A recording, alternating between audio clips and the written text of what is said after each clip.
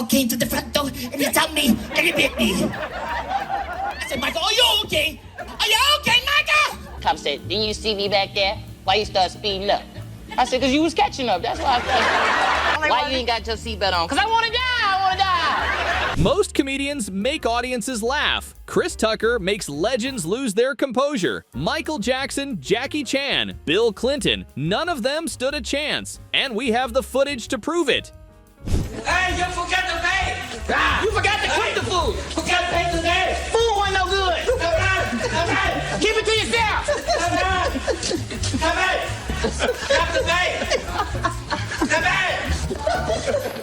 Michael Jackson was one of the most guarded people on earth. Chris Tucker had him screaming in a movie theater within 5 minutes. Do you ever go in public anywhere with Michael Jackson? Because what's that like? You know what? We go to the movies sometimes. We go to the movies. Both of us like going to the movies. So we go to the movies, but it's hard because Michael got to sneak in the movie right before it starts. So Michael come in there like with a ninja suit on. He's hiding and all black. All of a sudden, I'm sitting there, well, where's Michael? And then I turn around. He's like, hey, Chris. I'm like, oh, man. How long you been here? About 5 minutes. I'm sorry. Did I scare you?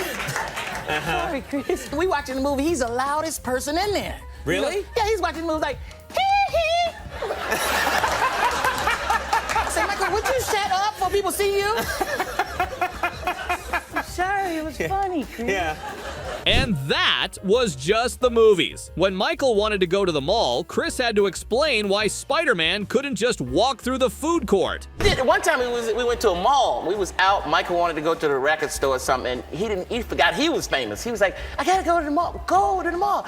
And we finally said, Michael, you can't go in the mall, man. You forgot who you are. He said, well, let's go. And it was only thing was in the car was a Spider-Man mask. So Michael said, I'll put this on. We'll go in and we get. I said, Michael, you can't do that. Spider-Man ain't gonna just be walking through the mall. Ain't nobody. They gonna know it's you, Michael. He's like, no, he won't. Chris, it'll work. It'll work. We go in the mall, and he was getting away with it until people figured it out, because I was with him, and he was like, Chris, is that Michael Jackson in that Spider-Man mask? No, that's Spider-Man. That's Michael Jackson. All of a sudden, the mall went crazy, and they had to scoot us out. You should have seen it. But MJ wasn't the only legend who couldn't keep it together around Chris. Chris knew everybody, and the celebrities in this next clip found that out the hard way. Knows everybody. Like, I'm not even kidding. You can bring up a name. It doesn't matter if it's like Muhammad Ali, Paul McCartney, Jesus. You know, Chris is like, yeah, that's my boy. I'm like, what do you mean that's your boy? How do you know? What about like Stevie Wonder? You know Stevie Wonder? I know Stevie. Stevie's, oh man, he called me. Keep trying. You're gonna have to go way deep into Stevie Wonder. I was like, you know, cool. Muhammad Ali is one. He was like, yeah, I met Muhammad. I know Muhammad. Muhammad Ali. Muhammad Ali? He said, you a funny mother Tucker. I said, oh, Met Mandela. Met Mandela. Oh my God. Went to Africa, and he was like, where is Chris Tucker? I want him to meet my grandkids. Now you know I want to be Chris Tucker. Chris didn't just know everybody. He could become anybody. And Bill Clinton discovered that firsthand on a trip through 4 countries. Africa one time with Bill Clinton. He invited me to Africa, man. He invited me. He said, Tucker, you want to go to Africa with me? I think you'll like it. You're black, I'm black. I think you'll like it. So I started doing the impressions, man. Everywhere we went, he wanted me to do them. We in little parties at night. Tucker, come to me. Come to me. Come on over here. Every country we went to, finally I got tired. We got to Nigeria. He wanted me to do it in front of the president of Nigeria. He said, Tucker, come on. Come do me. Come do me. Don't act like that. Come on, Mr. President. I'm tired. You know, it's been a long trip. Maybe I won't do it this time. Tucker, come on now. I need you. I done set it up now. Come on, don't let me down. You want to ride home, right? Huh? You want to ride commercial or private? You let me know, Tucker. That's a long-ass flight home, Tucker. That's a... Chris does Clinton. He does MJ. But the Donald Trump impression completely destroyed the room. Donald Trump, your president. What, do you consider him your president? Start with. You mean Donald? Are you serious? Believe me. Believe me. I know Chris Tucker. He's a great comedian, great guy. I like him. It's true. I do like him. I met him. I didn't say much, but I said hello. His impressions could make a room explode, but nothing set off a crowd quite like his Prince story, because nobody expected Prince to be that shy. Said, hey, but he, you know, Prince is shy, so I didn't know. I just heard this noise behind me, and I didn't know what it was. He just trying to get my attention. He was like, ooh. I was asking my friends, I was like, what's that noise? He was like, ooh. said, man, that's Prince trying to get your attention. And he's small, so I was like, hey, Prince, how you doing? So he was like talking to me, but he was licking on his fingers when he was talking to me. I was kind of, he was like, how you doing? You like the show as a girl?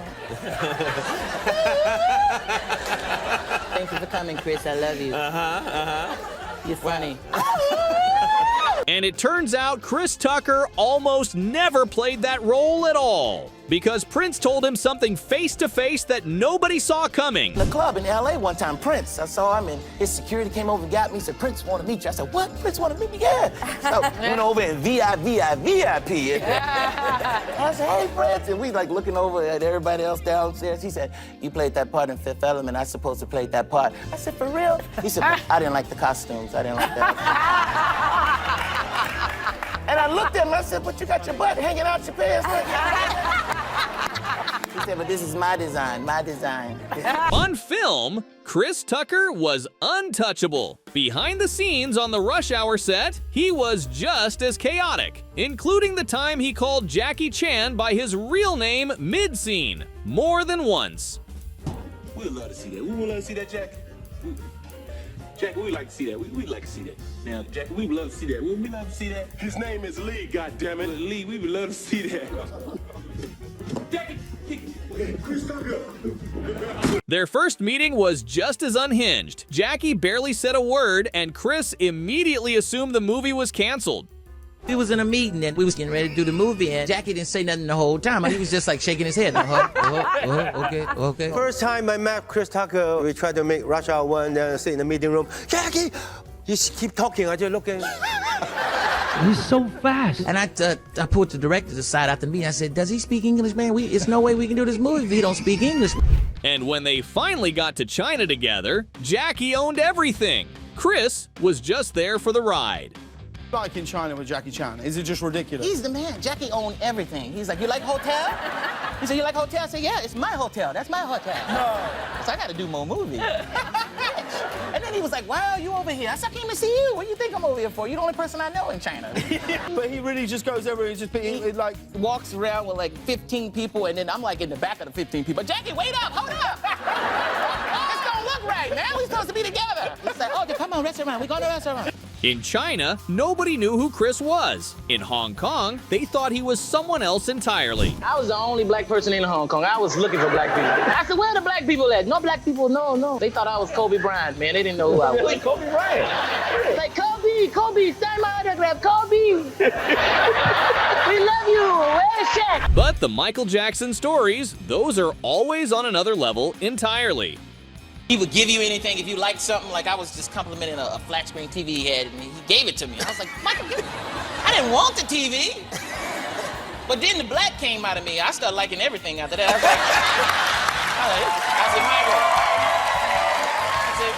said, Michael, I like that Rolls Royce. That's a bad Rolls Royce. Not the old one, the new Rolls Royce, right there. He was like, you like it, Chris? I said, yeah, I like it. He said, you sure you like it? I said, yeah, I like it. He said, well, you better go buy one, because I ain't giving you my Rolls. I gave you a TV, damn. Chris tried the same move on Jackie Chan. Jackie had a different kind of answer. Rush Hour with Jackie Chan would give me a gift. Every day he'd send it to my trailer. Yeah, I'm like, what is going on? I'm like, he's so nice. And I had to buy him something out the wild. I said, I gotta get him something. But then I realized he's from China. They make everything over there. He was getting it for free anyway. Chris made Jackie laugh on set. He made Michael lose it in movie theaters. He made Bill Clinton use him as entertainment for foreign dignitaries. And Kevin Hart found out what it's like to be a Chris Tucker neighbor. Funny Chris Tucker story. We were buying our first house and we're coming in this neighborhood, and I didn't know that Chris lived in the neighborhood. And this is when Chris was like having the taxes problems, right? So I'm like in the house, and Chris comes by, and all he says from outside is, "Pay your taxes, man." I go, "What?" "Well, I'm here, man. I got a house down here too, man. They told me he was coming here. I'm just telling you, pay your taxes."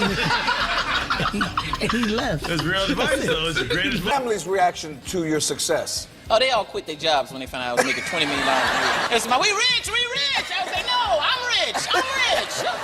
You get your jobs back before it's too late. Chris Tucker can make legends crack. He can make icons break. He can walk into any room on Earth with a president, a king, the greatest entertainer who ever lived. And within 60 seconds, nobody in that room can keep a straight face. There's exactly one explanation. Some people are just built different. Charlie let me borrow his Ferrari, man, when I was like 24, something like that. Did you own your own? No, I didn't have one. I just asked him because I was like fearless, like, Charlie, let me borrow your Ferrari. He was like, okay, sure. I was like, what? I kept that Ferrari so long, he forgot I had it. He was like, do you have my Ferrari? I said, I think I do. He said, you want to bring it back? Okay,